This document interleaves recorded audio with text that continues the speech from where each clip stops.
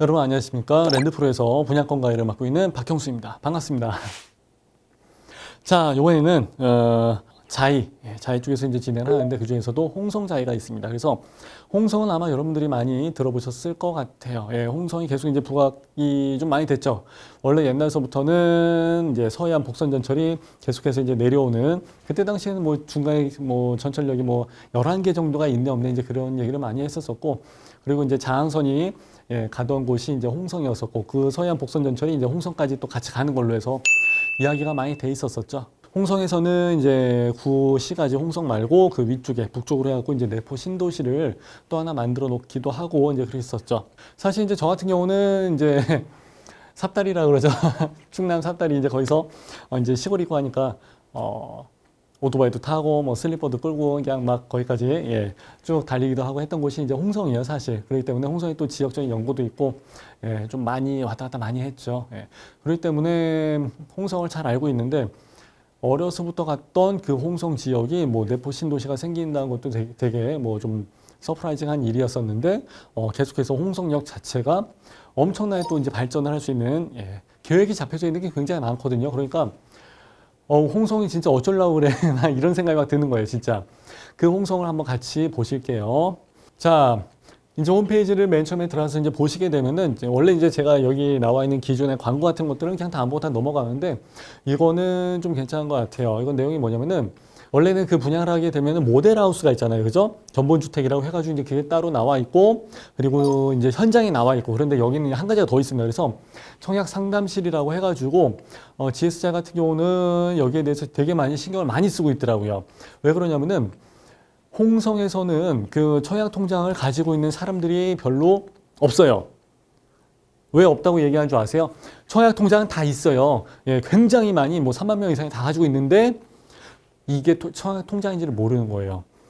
그런 좀 우스갯소리가 있고 그래요. 그래갖고 알아보니까 예전에 여기 홍성 농협에서 지역 주민들을 대상으로 해갖고 일단 하나씩 다 만들어 놓으시라고 해서 여러 가지 뭐 계몽 활동은 아닌데 그런 식으로 해서 좀 만들어 놓으라고 했던 게 그게 청약 통장이에요, 사실. 그러다 보니까 사람들이 이제 여기에 대해서 이게 청약 통장이야? 이걸 모르셨던 분들도 계시고, 그리고 이제 청약 통장을 어떻게 써야 돼? 이런 걸 이제 활용하는 방법도 잘 모르고 하시는 분들이 많이 계시더라고요. 그래갖고 여기서는 별도의 청약 상담실을 또 따로 운영을 한다고 하더라고요. 그래서 이제 조양분 근처에 나와 있고 하니까 찾기는 쉬우니까 사람들이 이제 여기 가서 부동산 투자적인 관점에서 보셔도 좋고, 내 집 마련에 대한 관점에서 보셔도 좋고, 다 좋으니까 청약 통장을 어떻게 써야 되는지 이런 것들을 좀 한번 공부할 수 있는 기회가 됐으면 상당히 좋을 것 같아요. 그래서 제가 지금까지 여러 가지 이제 뭐 방송을 진행하면서 뭐 수원도 하고 의정부도 하고 인천도 하고 뭐 여러 군데를 많이 진행을 했지만은, 사실 서울이나 광역시 같은 대도시 거점에서 좀 멀어지면 멀어질수록 청약 통장에 대한 인식이 좀 많이 떨어지는 것도 사실입니다. 근데 그냥 뭐 단순히 이자율이 좋아요, 뭐 안정적인 뭐 수입을 해줄 수 있어요, 청약 통장 가지고 해서 이자율 가지고 뭐 이자율 따먹기, 뭐 돈을 벌겠다고 하신 분들이 많이 계시지는 않으니까 그런 걸 떠나고 청약 통장이 내 집 마련을 할 수 있는 하나의 그 자격 기준을 부여를 해주는 거기 때문에 그 자체로서 의미는 상당하다고 생각하시면 돼요. 그러니까 어떻게 보면 제가 지금까지 분양권 강의를 하고 분양에 대한 수많은 방송을 진행을 했지만은, 그 조건에서 전제 조건이 되는 가장 기본이 되는 게 이제 바로 청약 통장이죠. 그러니까 이번 기회에 여러분들도 꼭 홍성자이를 보시는 분들뿐만이 아니라 다른 지역의 청약통장 같은 거를 생각하시는 분들도, 내가 청약통장이 지금 언제 가입을 했었구나, 그러니까 1년이 지났구나, 2년이 지났구나, 그리고 이제 예치금이 얼마가 들어가 있구나, 이 정도까지는 알아두시는 게 상당히 좋을 것 같습니다. 이거는 무조건 내 집 마련의 기본 조건 중에 조건입니다. 자, 홍성자이 아직은 조감도가 나와 있지 않은 모습이고요. 여기 보시게 되면은 고암리 583-14번지 해서 나와 있고요. 여기는 2중 일반 주거지역입니다. 그래서 일단 아파트만이 들어갈 수 있는 지역이고, 사실 홍성역하고 여기 부지 사이에는 홍성역 앞에 지금 역세권 개발한다고 해갖고 이택지 상업지구 뭐 사업시설 해가지고 지금 무지하게 많이 계획을 잡아놓고 있더라고요. 그래서 현장 가서 봤는데 섹터가 굉장히 넓어요. 그렇게 잘 돼 있고 지금은 펜스 다 쳐놓고 땅 고르기까지는 다 해놓은 상태더라고요. 그래서 바로 땅 파고 작업만 해서 올리면 될 것 같은 상황인데 홍성에서 왜 이렇게 지금 여러 가지 작업들을 진행을 하고 있나를 한번 생각해 보니까 전체적인 그 흐름이 마저 떨어지는 게 결국은 그 키워드가 홍성역 하나로 귀결이 되는 것 같아요. 홍성역. 자, 이제 나중에서 보시겠지만은 이 홍성역 같은 케이스는 이렇게 나와 있어요. 자, 여기 잘 나와 있습니다. 일단 홍성역 그러면은 장항선이죠. 장항선. 예, 저도 옛날에 홍성까지 많이 왔다 갔다 하고 했었는데 그 홍성역이 원래 여기 있었고 예, 지금은 홍성역 자체가 그렇게 막 크고 막 거대하진 않습니다. 예. 근데 이 홍성역에 이제 KTX가 들어갈 예정으로 잡혀져 있고요. 그리고 1호선. 여기서 말하는 1호선이 되게 생소한데 우리 청량리에서 서울역으로 해서 나간 그 파란색 남색 그 지하철 있죠? 그 1호선 이야기 하는 거예요. 그래서 이 1호선이 쭉 내려와서 신창 지나서 저기 이제 천안까지 내려와 있고 하지 않습니까? 그죠? 근데 그 천안까지 내려와 있던 1호선이 밑으로 더 연장이 돼갖고 홍성까지 연결이 되는 거예요. 그러면요, 말 그대로 이게 진짜 웃긴 건데요. 지하철 1호선을 타게 되면 홍성에서 서울역이랑 청량리까지 해서 그냥 쭉 갈 수가 있는 거예요. 아니면은 그 위로 해서 쭉 더 올라갈 수도 있는 거니까 아마 이렇게 되면은 거의 서울, 부산을 그냥 다 지하철로 연결하는 정도의 수준이라고 해서 비교를 해도 괜찮을 것 같아요. 거짓말 조금 더 보태게 되면 진짜. 그래서 야, 지하철이 1호선이 정말 길어지는 거예요. 그러니까 홍성에서 서울까지의 접근성은 가장 저렴한 금액으로 해서 가장 빠르게 연결이 가능하다는 거예요. 자, 그리고 이제 또 한 가지는 서해선 있죠. 서해선도 마찬가지고 그리고 여기 서해선 복선 전철이 있습니다. 그리고 원래 있었던 장항선도 이제 복선으로 해서 연결을 한다고 합니다. 그러니까 여기에 나와 있는 여러 가지 라인들이 굉장히 많아요. 그러니까 저도 헷갈릴 지경입니다. 그런데 이 예정이 잡혀져 있는 게 지금 다 내년 22년도로 해서 완공을 목표로 하고 있습니다. 그러니까 내년이 되게 되면은 이 라인들이 다 완성이 되게 되면은 홍성역에서는 그냥 지하철 1호선 타고서 서울역 청량리까지도 한 번에 가고 KTX 타고서 갈 수도 있고 그리고 서해선 복선이 있으니까 뭐 안산이라든지 이런 거 연결해 주는 선이 굉장히 많잖아요. 서울 근교의 수도권까지 해서 다 연결이 된다는 거죠. 아니면은 거기서 갈아타게 되면은 월판선도 이용을 할 수가 있고 판교도 갈 수도 있고 뭐 수인분당선이 있으니까 수원, 인천 이런 데 다 갈 수가 있다는 거죠. 그러니까 서울 수도권 여기 위성도시까지 다 카바가 가능하다는 거예요. 그러니까 와, 여기서는 솔직히 도로교통을 이야기할 여지는 없을 것 같아요. 철도교통에서 이렇게 버라이어티하게 많이 나와 있는 것들은 홍성 말고 이런 도시가 또 있나 싶을 정도예요. 제가 일전에 수원을 가지고 방송을 하면서 서울과의 접근성이 굉장히 중요합니다. 근데 용인과 수원이 다른 점을 해서 이야기를 했던 적이 있었죠. 거기는 신분당선이 들어가고 그리고 수인분당선이 들어가고 핵심 라인 중에 핵심 라인이잖아요. 그죠? 서울로 다 연결이 되는 라인들이 있는데 여기 같은 경우는 지금 라인이 몇 개입니까? 그러니까 도대체 홍성에다가 제4차 국가철도산업이랑 관련해가지고 어떠한 일이 벌어지고 있는지 여러분들이 한번 청사진을 그려보시게 되면 정말 좋을 것 같아요. 그러다 보니까 여기서 홍성에서 한 사건이 벌어졌죠. 이게 뭐예요? 홍성은 여기 전통시장이란 말 나와 있고 그러니까 여기는 그냥 옛날 재래시장이 있구나. 전통 재래시장 그러면 여기는 그냥 다 구시가지라는 얘기예요.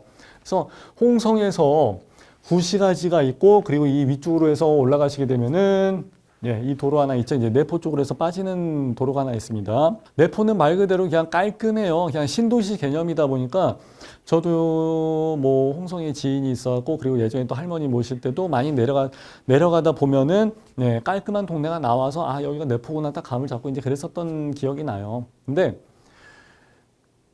왜 자기가 깔끔한 신도시 내포로 안 가고 왜 홍성역이다가 구시가지 한복판에 홍성역 앞에다 딱 자리를 잡았는가.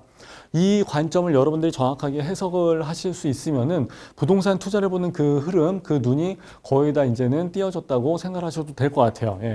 자, 내포랑 이쪽에서는 서로 이제 홍성 마음도 있고 이제 내포 마음도 있고 좀 그래요. 그래서 이제 조금 우리 동네가 최고야.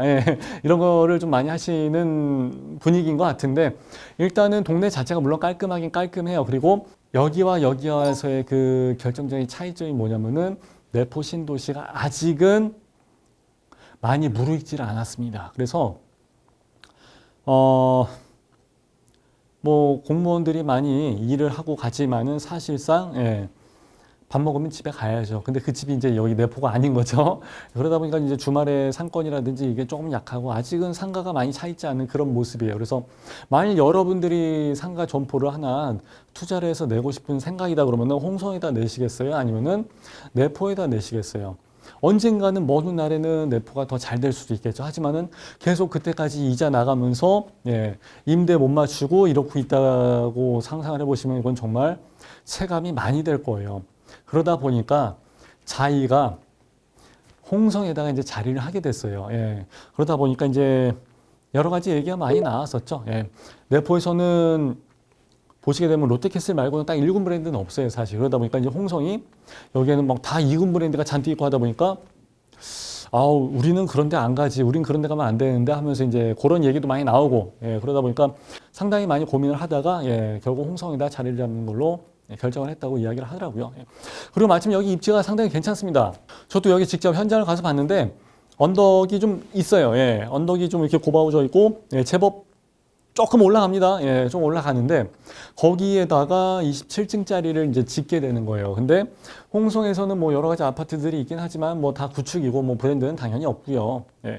여기 높이만큼 나올 수 있는 그런 고층의 아파트 자체가 원래 없습니다. 그리고 뭐 1군 브랜드 자체는 또 원래 없고 그러다 보니까 여기에서는 거의 유일무이한 홍성 그렇게 해서 되는 것 같아요. 그래서 저는 사실 그 이야기를 한번 들었었는데요. 원래 뭐 홍성자이 그러면 뭐 뒤에 뭐 에듀, 뭐 센츄럴, 뭐 파크, 뭐 여러 가지 뭐 리버 뭐 이런 내용들이 하나 별칭이라고 할게요. 이게 하나씩 다 붙기도 하고 막 그러잖아요. 근데 여기 뭐 그런 거 없어요 하니까 없습니다. 우리는 그냥 여기서 홍성에서는 우리 1군 브랜드가 거의 유일무이하게 자이가 하나 딱 들어가고 끝납니다. 그렇기 때문에 뭐 다른 거 이름 붙일 필요도 없이 그냥 자이예요. 홍성에서는 그냥 자이입니다. 딱 그러더라고요. 그래서 그럴만하구나 그 얘기가 와닿더라고요. 그래서 앞으로 홍성에서는 그냥 저 자이 살아요 그러면 거의 얘기는 그냥 끝나는 수준으로 그렇게 되는 것 같아요. 그리고 참고로 여기 주변을 보시게 되면은 뭐 롯데 마트 있고요, CGV 있고요, 그리고 이제 홍성중학교 이제 바로 같이 붙어 있어요. 요쪽으로 해서 살짝 내리막길 쪽에 바로 붙어 있기 때문에 굉장히 편할 것 같고요. 그리고 이제 홍성의료원 같이 붙어 있고요. 아래쪽에 뭐 역제방축공원이 있는데 뭐 그거는 언급하지 않을 정도로 괜찮습니다. 그리고 여기서 이제 조망이 이제 이렇게 해서 요쪽 양쪽 서남 쪽하고 남동 쪽으로 해서 이제 두 군데가 나가게 되는데 바로 밑에 이제 여기 신동아 파밀리엔가 아파트가 하나 있긴 있는데 이제 지대가 조금 차이가 있다 보니까 요거는 그 좀 밑에 많이 좀 깔리는 분위기예요.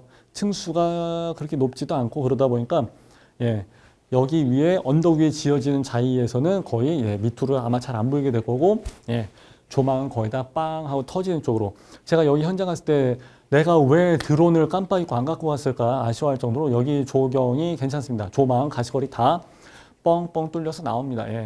자, 이렇게 해서 일단 홍성자이를 한번 알아봤는데 지방 아파트다 보니까 그리고 이제 지역 주민들한테는 그렇게 어필이 되지 않는 부분도 없잖아 있는 것 같습니다. 이제 지방 아파트일수록 이제 그게 다 전체적인 흐름이고 이제 원래 기본 분위기가 좀 그래요.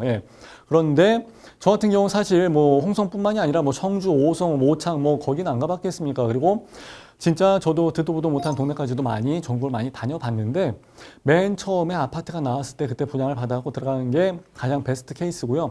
나중 되면은 거의 다 많은 분들이 내가 왜 그때 그 아파트를 왜 안 들었을까 이런 후회들을 많이 하신 경우가 생기더라고요. 그래서 내 집 마련을 하시는 분들이라면은 홍성에서 자이가 나온다 그러면 일단은 생각할 필요도 없이 제가 홍성 살면 저 같으면 여기 무조건 들어갑니다. 저는 우리 여기 친척분들한테는 요번에 무조건 청약 넣으시라 그랬어요, 진짜.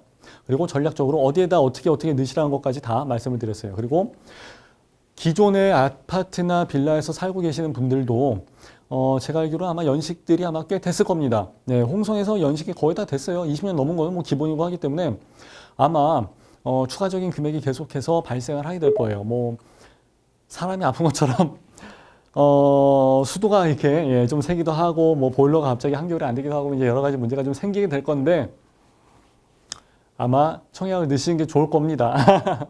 저는 그런 케이스를 하도 많이 봐서 잘 알고 있으니까 믿고 따라오신다면 아마 좋은 선택이 되지 않을까 생각합니다.